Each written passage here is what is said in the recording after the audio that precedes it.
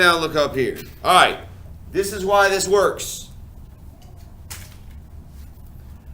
Let's say we have a number, let's call it x. We have it to the fifth power. We're going to divide that by x to the second power. We're going to write that as a repeated factor, okay? Now, we need to kind of slow down a little bit. We're going to chill out. We're going to look at some of the properties of multiplication and division, all right? In order to fully understand what we're doing here and why we're doing this and why this works, we need to understand some of the properties of multiplication and division. So, if we had to write x to the fifth as a repeated factor or in x or as an expanded form, how would you write x to the fifth? X times x times x times x times x, and you're dividing that by x squared, which is x times x. Now, one of the properties of, well, let's kind of go back here. Brady, let's say that you have $20. If I add 5 and I subtract 5, how much money does he have left? If he has $20 and I add 5 and then I subtract 5, how much money does he have? $20. Because if I add 5 and I subtract 5, those pretty much cancel each other out because they're inverses of one another, okay? It's kind of like I gave him 5 and I took 5. It's like you just, whatever he had to start with, that's what he has. Now let's say he has $20 and I multiply by 5 and then I divide by 5. How much money does he have left?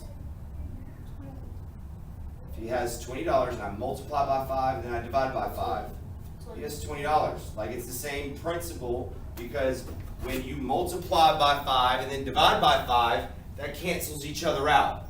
You know, 20 times 5 is 100. 100 divided by 5? 20. Okay? Now, what we're looking at here is you are multiplying by x and then you're dividing by x. Cancels each other out. Okay? So the math behind this is you go, well, that cancels each other out because you're multiplying by x, dividing by x. So one of those x's on the top and the bottom cancel. And then this x and this x are going to cancel. What do you have left? You have 3 x's that are being multiplied by one another, and you'd have x to the third power. You don't need to do all this every single time. You just got to remember the rule. The base saying you're dividing, you subtract the exponents. What's 5 minus 2? 3. Now you may write that down.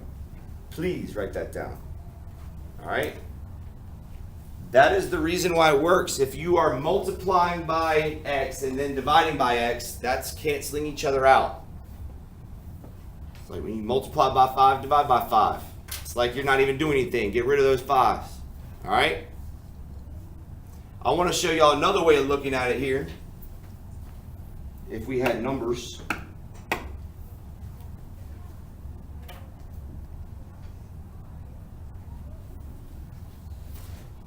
Okay. Let's look. Just here's like example 2. If we had 2 to the 5th divided by 2 squared. Put your pencil down, look up here. I just want you to watch this for just a second. Another way we could do this is we could say, all right, the base is the same, you're dividing, you subtract the exponents, you get 2 to the 3rd. Or you could look at it like this. 2 to the 5th is 2 times 2 times 2 times 2 times 2. And that gives you 4, and then that gives you 4, and then you got to multiply by 2. That gives you 16 times 2, and that whole thing gives you 32. So in the numerator, you have a 32. And then what's 2 squared?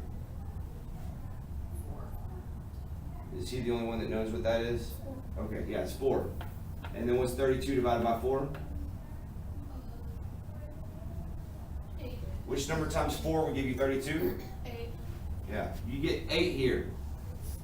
All right, so we got an answer. We got the, if it said evaluate or determine the value of 2 to the 5th divided by 2 squared, yeah, you get 8. If it said write using exponents, you keep the base the same, which is 2. You subtract the exponents, 5 minus 2 give you 3. 2 to the 3rd, guess what 2 to the 3rd power is? Yeah, is it 6?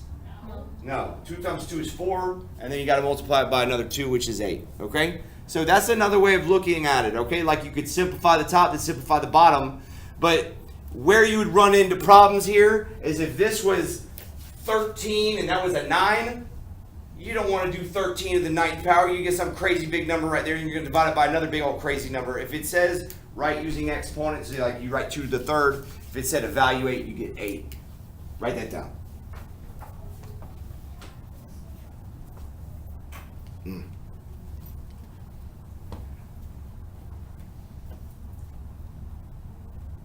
How about that hour and a half long intruder drill we had yesterday? Good grief. My 7th period is like a whole day behind now.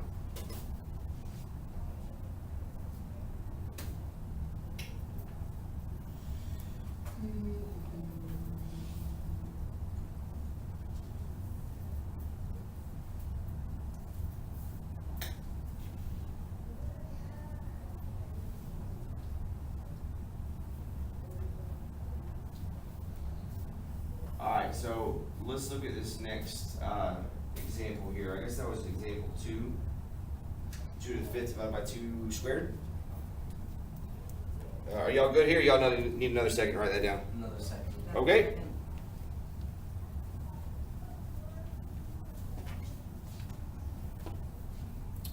Take your time, my little children.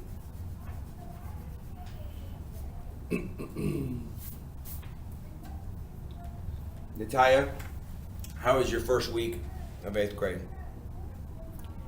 She said fine. Oh boy. I hope y'all know what it means when women say fine. Alan, what do you think? How was your first week of 8th grade? Who's your favorite teacher? Rankers. You want me to give you a little hint?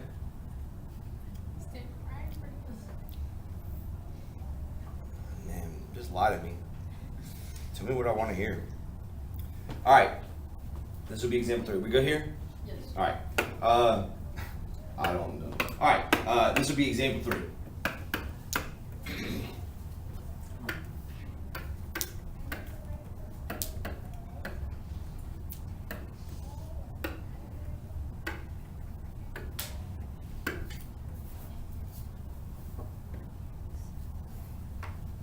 Oh yeah.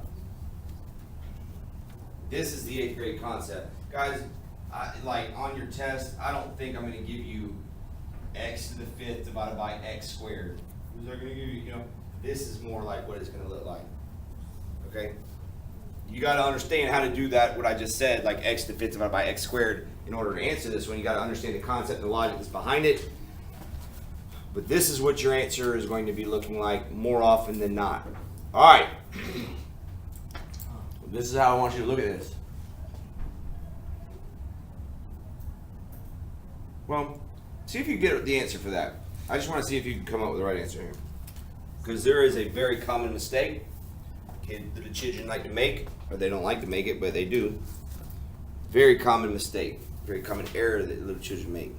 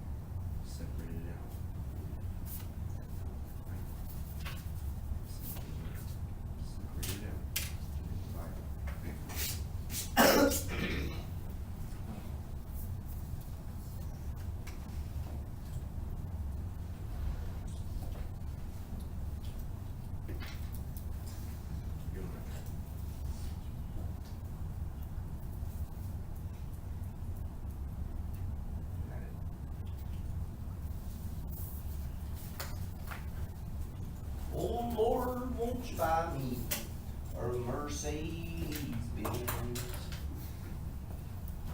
Excuse me.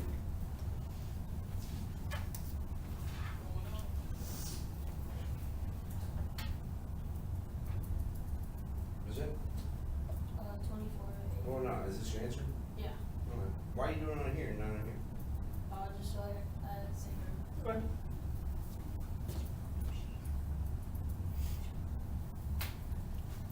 Alright. Let me give you all a hint here. This helps kids' heads a little bit. Same thing with multiplication. You remember how we separated out? We put the numbers with the numbers, the powers with the powers. It's kind of like we're going to do that here, but separating it out would be do a little bit more harm than good. This is what kids like to do. Now, divide each one of them separately, okay? Now, what kids want to do is they get, 18 right here. How come it's not 18? Because you have to divide it. You're dividing 24 divided by 6. If the base is the same and you're dividing, you subtract the exponents. You don't subtract these two numbers right here. That says 24 divided by 6. What is 24 divided by 6? 4. You're going to get 4 right here. And then a to the 4th divided by a. How many a's do we have down here in the bottom? 1. So you get a to the what? 4. 3. First. See how we got that? Oh, yeah. 4 minus 1. And then you got b 5 to the 5th. to the 5th power. Yeah, 5.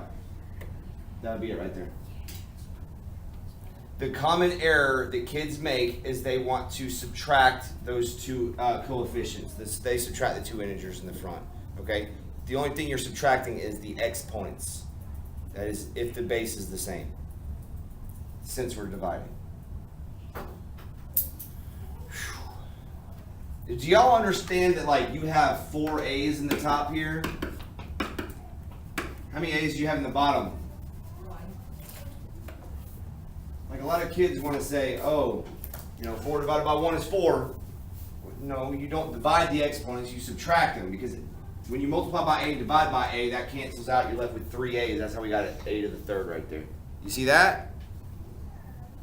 That's about as challenging, well, okay. For right now, that's about as challenging as it's going to get. For division.